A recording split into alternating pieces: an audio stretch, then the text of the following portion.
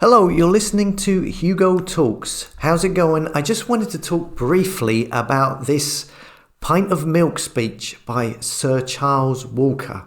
Always note he is a sir.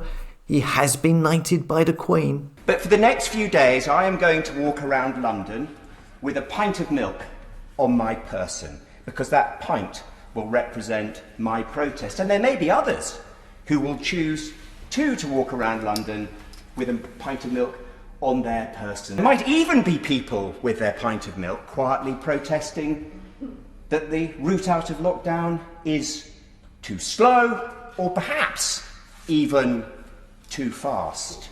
You see, the point is, Madam Deputy Speaker, these people can project what they like, what concern they have, onto their pint of milk. Okay, so it's obviously an analogy. The right to protest, freedom, vaccine passports, using a pint of milk as a symbol. I get it. It may go above many people's heads. It's a bit silly though.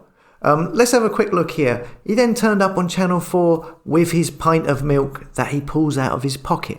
Well, joining us from Westminster is Conservative MP Sir Charles Walker, who's a member of the Commons Liaison Committee responsible for questioning the Prime Minister about policy. Sir Charles, you've been promising to protest with a pint of milk. Why a pint of milk? Well, I've got it here because I projected this sort of symbolism on it. We've had protests virtually made illegal for the past year, and it's going to continue to be illegal for the next few days, and then the government can make it illegal at a point of its choosing at any time in the next 6 months. So I don't know, it just seems to me that this is something that people will ridicule and therefore undermine the message. Why doesn't he just say what he thinks instead of messing around with a pint of milk? Maybe he's literally not allowed to speak, I don't know. Okay, look, I see people saying things like, yay, Sir Charles Walker, he's the only person speaking up. He should be Prime Minister. He's standing up for freedom. But weren't these people saying the same thing about Sir Desmond Swayne only the other day? Not saying that now. Weren't people trumpeting the words of Peter Hitchens a month or so ago? That didn't last. Why would this be any different? He's part of the establishment. He's knighted. He's a sir. He appears on mainstream media. He's promoted by mainstream media. This is a very controlled game. Nobody is let onto these platforms that may say something unpredictable. It's all very controlled. We all know the system always puts someone in place as fake opposition. There has to be somebody there somewhere who pretends to represent the discontent. Otherwise, the discontented, they would feel not represented at all and would therefore become even more agitated. And they don't want that. That's why these false idols are created, are put on a pedestal until they eventually show their true colours and everyone says, he's a sellout, he's a shill. And then they are ignored. And then along comes another one, another false idol, projected onto the public, thrown up into the media spotlight. By now, you should realise that the mainstream media and the government are running a very tight propaganda machine. And anything or anyone who is promoted in the mainstream media, who talks the sort of language you want to hear, is usually paying you lip service. Lip service is insincere respect, expressed with the lips but not acted upon. Look, I don't know if this guy's fake or not. I could be wrong. It's just my gut feeling he is, because of how, the way that these things have always panned out. Why would this be any different?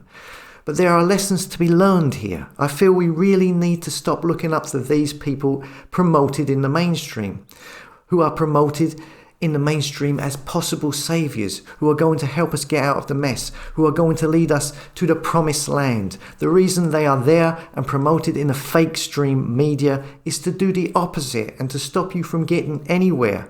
You, the people, the public, the 99%, they know you have the power. They want to stop you from actually considering that for yourselves. You actually have the power to make the change. You have the power collectively, if organised, to stop everything that is happening in its tracks. That's what the mainstream media don't want you to realise.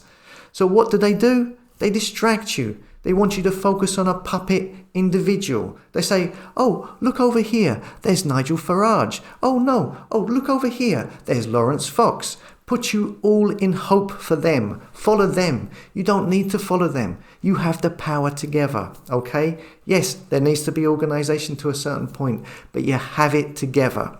And that is part of the awakening, that people need to realise that you are the ones to get yourselves out of this.